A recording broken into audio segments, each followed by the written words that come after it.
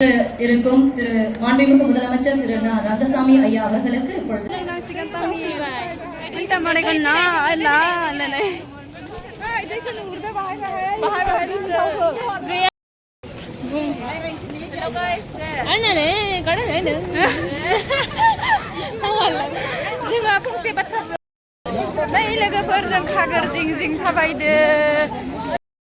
Hello लोगोफोर खुलुमबाय आंनि चेनेलाव बयखौबो बरायहरनाय थाबाय दिनै प्रग्रामाव थांनो ओंखारबाय आरो जोङो दा थांनोसै नोंसोरबो आंजों लोगोसे नायलांफादो लोगोफोर बिदिब्ला थौदो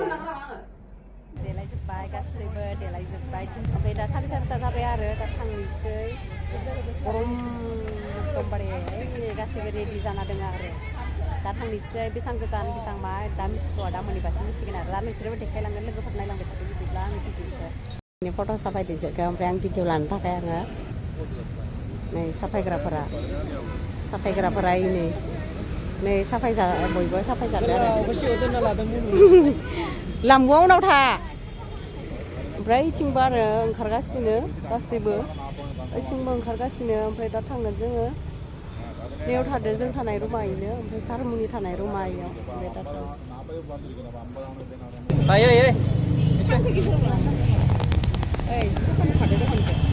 बेहाय माथो थागोन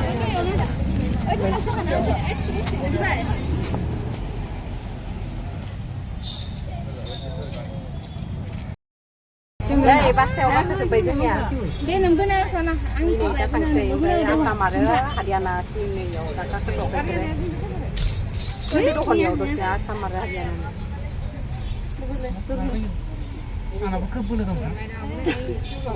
फैबाय जों बासनिफ्राय ओंखारदों புதுவை கலை பண்பாட்டுத்துறை செயலர் திரு ஏ நெடுஞ்செழியன் ஐஏஎஸ் அவர்களை மேடைக்கு வருமாறு இயக்குனர் தென்னக பண்பாட்டு மையம் தஞ்சாவூர் கே கோபாலகிருஷ்ணன் அவர்களை மேடைக்கு வருமாறு அன்புடன் அழைக்கின்றோம். கலை பண்பாட்டுத்துறை இயக்குனர் வி கலிய பெருமாள் ஐயா அவர்களை மேடைக்கு வருமாறு அன்புடன் அழைக்கின்றோம்.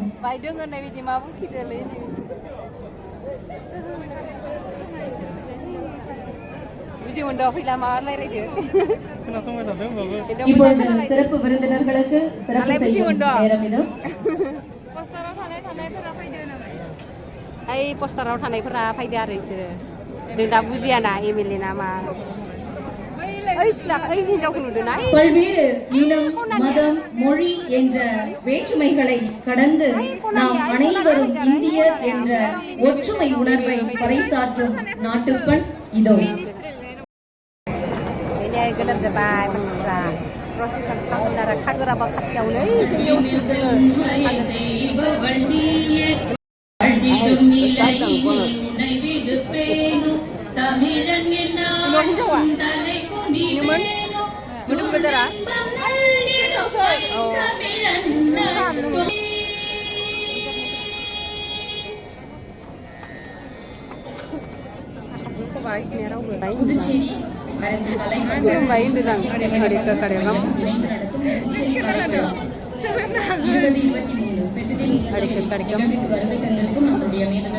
ஆளுநர் அம்மா அவர்களுக்கும் நம்முடைய புதுச்சேரியினுடைய மக்கள் தலைவர் என்ஆர் ஐயா அவர்களுக்கும் நம்முடைய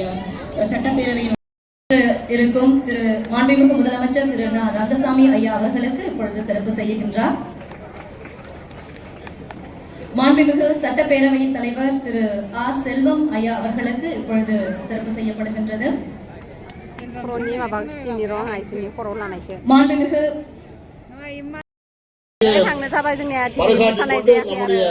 மக்களுக்கு இதெல்லாம் நாம் மறந்து போன கலைகள் மறுபடியும் நாம் மக்களிடையே கொண்டு செல்ல வேண்டும் என்ற நோக்கத்திற்காக இன்றைக்கு இந்த அர்ப்பணிப்போடு நம்முடைய மாநில முதல்வர் அவர்களும் துணைநிலை ஆளுநர் அவர்களும் சேவை नै लोगोफोर खागोरा नैथिंनो दोङो खागोरनि दै बोहैबाय थानाया थाव खोनाबाय थादो आरो दा ओमफ्राय जोङो खाथिथिं थांनो हाला जोंफोर थांनो जाबाय नालाय न' नायनो टाइम मोनबाय थानो दा थांनोसै जोङो बासाव थांनोसै आरो ओमफ्राय नैथिं दोङो दहाय सानाव नुगौमोन आं सानावबो खिथिनो हायाखै जोंना प्रसेसन जाबाय थादोंमोन ससेनिफ्राय दा नैथिं गथाय इथिं खागोर गोजा आरो नै लोगोफोरजों खागोर जिं जिं थाबायदो गैला खागोरखौ नुला नैथिं खागोरा बिदाय दंमोन दा खोमसिदोनो खागोरखौनो जेबो सिनाय मोनला गाबोन फैनाय जाबा खिथिगोन दे लोगोफोर मोजाङै नायबानो जाबाय दे गाइस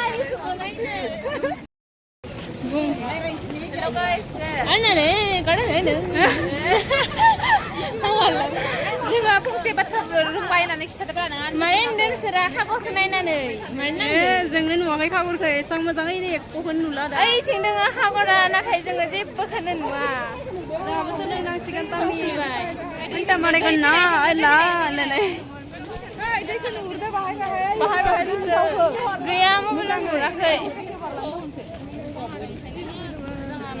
इउटुबार दैखौ नुवाखैलै नै नुयो नों हमनो दोङो दे माबा दोङो लोगोफोर दैखौ मोजाङै सिनाया होनबाबो थाव होदों दैया नै नुहुरदों नामा नुदोंबा नुदों एसे बांद्राय सिनाया नै दैखौ नुहुरदों ना दैया एसे नुयो बांद्राय नुवा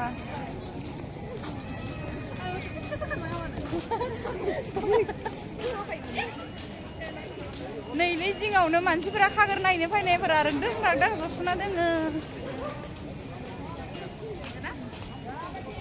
नै सिख्लाफोरा नायलाय बालें थाबायसिदों सिख्लाफोरा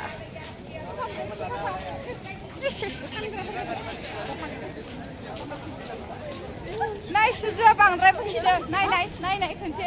बुखिदोयो बया बुखिनो हागो सुजुनि सिमाङा जाफुंगोन ना जाफुंला मिथिला लुंगि गाननानै नालेंखर थाइसे लाना आखायाव सेखा लानानै फट' थिखांनायनि बाथ्रामोन खागोर जिङा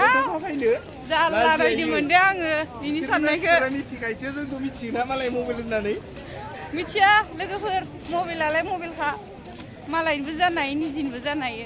लानाङा जानला मानला जागारथिं यो जाबाय नुलालै जोंनिया जोब्बाय दा थांगासिनो बासाव ओमफ्राय बेयाव सासे जायलाला मोसादों र' खिन्थाया आङो नोंसोरनो आरियानानि सेंग्रा जायलाला